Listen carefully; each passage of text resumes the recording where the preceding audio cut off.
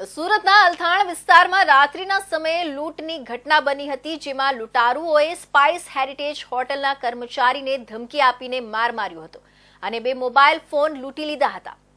લૂંટારુઓ bike પર આવ્યા અને હથિયાર બતાવી હિંસક રીતે ઘટનાને અંજામ આપી ફરાર થઈ ગયા હતા.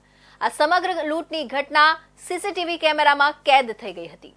અલથાણ વિસ્તારમાં આવેલી સ્વર સંઘીની બિલ્ડિંગ પાસેથી પગપાળા જઈ રહેલા 2 શ્રમજીવીને માર મારી ₹18,000ના મોબાઈલ ફોનની લૂંટ ચલાવનાર સગીર સહિત 3 લૂંટારુઓને પોલીસે ગણતરીના કલાકમાં જ ઝડપી પાડી ₹75,000નો મુદ્દામાલ કબજે લીધો છે.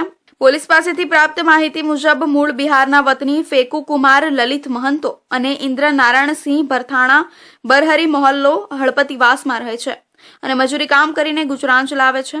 શનિવારે રાત્રે સ્વર સંગીની પાસેથી પગપાળા પસાર થતા હતા. દરમિયાનમાં બાઇક પર સવાર થઈને 3 જણા આવ્યા હતા અને બંને મિત્રોને ઉભા રાખી માર માર્યો હતો અને ડિસમિસ બનાવીને ફેકુ કુમાર પાસેથી ₹10,000નો મોબાઈલ ફોન અને ઇન્દ્રનારાયણ પાસેથી ₹8,000ના મોબાઈલ ફોનની લૂંટ ચલાવી નાસી ગયા હતા. બનાવ અંગે અલથાણ પોલીસે લૂંટનો ગુનો નોંધી લૂંટારૂ પ્રેમ સીતારામ ભીમસેન, શનિ રાજેશ વાઘ અને એક સગીરને પકડી પાડી તેમની પાસેથી 5 મોબાઈલ ફોન, બાઇક અને ડિસમિસ મળીને ₹75,000નો મુદ્દામાલ કબજે લીધો હતો.